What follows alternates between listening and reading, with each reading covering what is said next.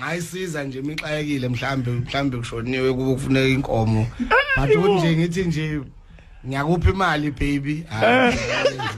kahle mkhaya ngeke hayi ngeke manje iphuma makwenze njani iphuma makwenze njani uyi manje nje ngiyakhe ekhaya osilingi bangihlela omakha amabhalo